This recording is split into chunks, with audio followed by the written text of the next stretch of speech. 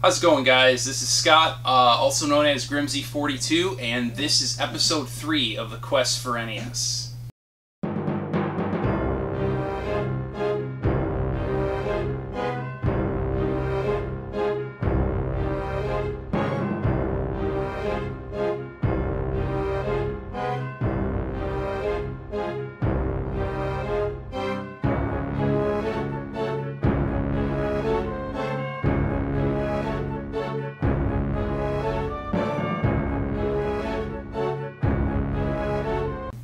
Alright guys, so today I'm going to show you kind of a specific theme of stuff if you follow me. I actually have a ton of games that I've recently picked up from the PAL regions. I'm realizing that as I get closer to completing my NES collection, that I'm going to have to do stuff, get a little outside of the box if you will, if I want to continue collecting. And in addition to that, I have 2 pickups from some super awesome friends of mine, and without further ado, I will jump right in. So the first things I want to show you are actually the 2 games that I received from friends. The first one is a game that I'd really had a hard time tracking down, and my good buddy Billy McDonald was nice enough to take care of that problem for me, and that's Faria on the NES. And again, super grateful to Billy for actually sending me this. He actually just sent it to me without any kind of you know, return of any way, so when I see him at Retropalooza, I'm definitely going to make that up to him, so thank you very much, Billy. The next one actually came from my buddies Terry and Tyler of Luigi Freakout, and I, again, am super grateful. It's actually a label upgrade that they recently received of this game, so they thought of me because they knew I was really trying hard to complete my collection, and it's Color a Dinosaur. And in my humble opinion, this label is not too shabby and definitely collection worthy for me. I'm definitely grateful. So again, Terry, Tyler, thank you very much for this. And the rest of the stuff I have to show you guys is actually all stuff from the PAL regions. So without further ado, let us jump right in. The first are actually 2 games from the PAL Regions Classic Series, and anyone who knows our Classic Series here in the States was the Zeldas 1 and 2, and then Punch-Out and Metroid. Oddly though, PAL Region got different Classic Series, and I believe there's 4 of them also, and I have 2 of them here. The first one is a really cool label variant to Pinball, and if you can notice right kind of by my thumb there is a little gold Mario that says Classic City or Siri or however you pronounce it on there, but definitely cool to knock that one off. And the other is actually Soccer. Now, the thing that really messes with my head, this is a PAL game, and in other countries they call soccer football, so I'm really confused as to why this is called Soccer. I don't know. If somebody knows why a PAL region game is called Soccer when they call it football, please let me know. Very confusing. Moving along, this is another really cool label variant, and if you can see, definitely compare that one. This is Ridge Racer, and it definitely looks very different from the NTSC label, so it's kind of like a hand-drawn picture as opposed to a pixelated picture, so really cool there. Next one is another, and actually the last, label variant. It's another major one, and this is Puznik. I thought that looked really sweet, that's why I picked that one up. And the last 3 that I have here for you guys are actually all PAL exclusives. So these were games that only came out in the PAL region. The first one is 4-Player Tennis. Next one, and I'm actually told this one's fun, so I'm looking forward to playing it, is Crackout. And last but not least is actually a boxed copy of the Smurfs, or as the Germans call it, and I'm sorry I'm going to butcher this, Die Schlumpf, if I'm not mistaken. I don't know. Blonde hair and blue eyes, and I still can't speak a lick of German, so I apologize. But really cool looking game, and I'm told this one's actually really fun, so I'm excited to play it. Definitely really been in a PAL kick recently, if you guys haven't noticed. And that brings me to my tip of the day. if you guys want to track down PAL games, what I recommend you do, unfortunately we're kind of limited in America to where we can find them, so I predominantly find mine on eBay. What I do is I find one that interests me and I go to see sellers other items, and if they've got multiples that I'm looking for, I'll actually contact them and see if they'll give me some kind of a deal on the shipping. If you're able to do that, that's a one way where, because PAL games are extremely expensive to ship across seas, but if you're going to grab, you know, kind of a bulk lot of them, a lot of times a seller will give you a good deal.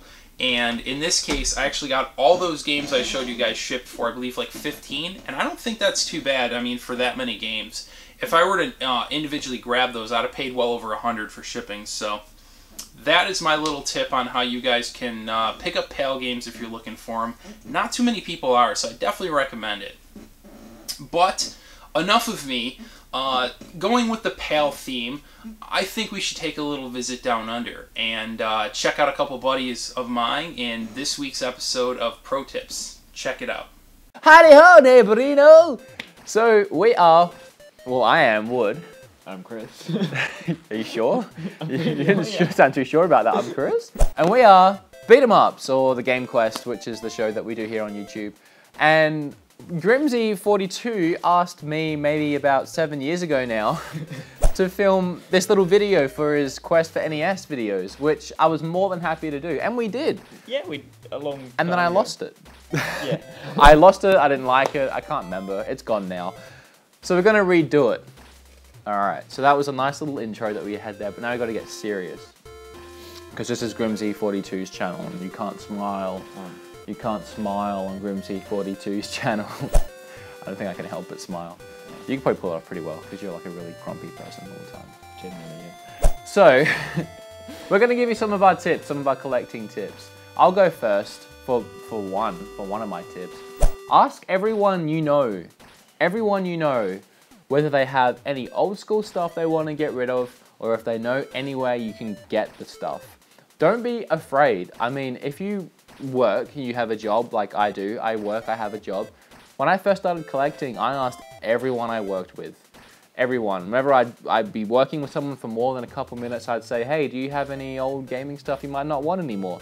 And my collection actually started that way. I got a 64 with a bunch of games, I got a GameCube, I got the boxed Atari Lynx the other day. All really cheap because they're friends. And I also got a lot of the hotspots that I go to often, like the Southern New and Used Furniture place, where we found Battletoads and Donkey Kong and Metroid, Super Metroid. That was all because I told someone I was collecting and he said, hey, go here. Ask around. You don't know if you don't ask, really.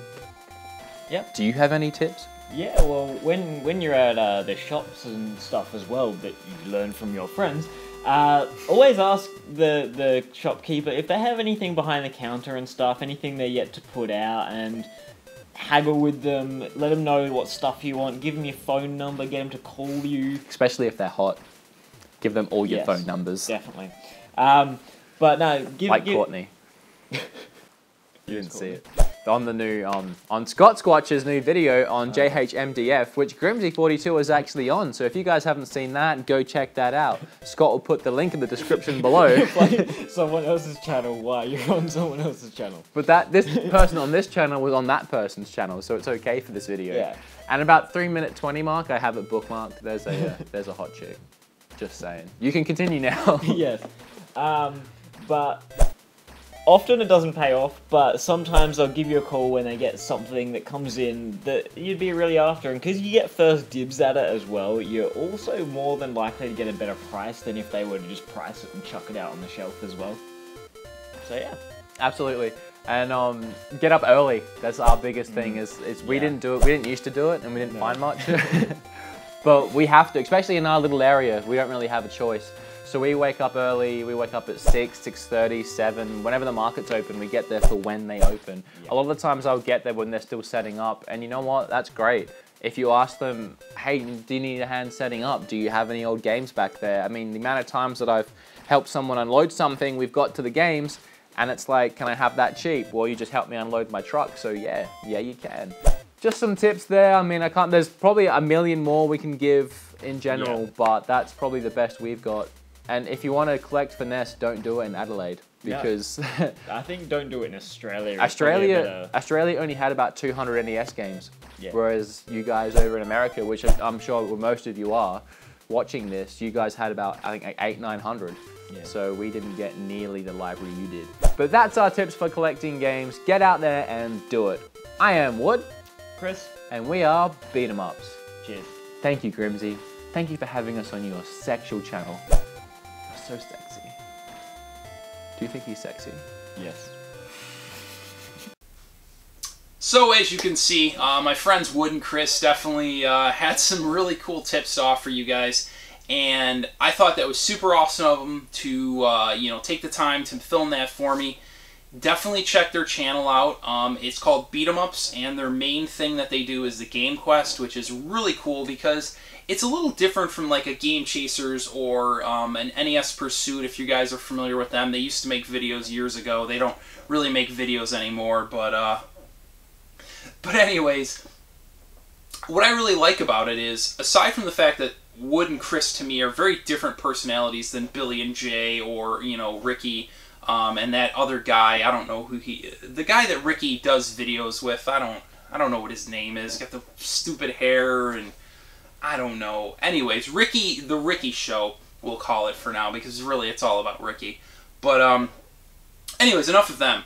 What Wood and Chris do that's really cool is they've got that whole different culture about them, and it's a lot harder, you know? I mean, the flea markets over there are definitely barren wastelands compared to what we have, and I think that the fact that they're able to find awesome stuff like they do is just really cool. But I will link them below. Definitely check them out, and I appreciate you guys sticking around to the end, and until next time, take care.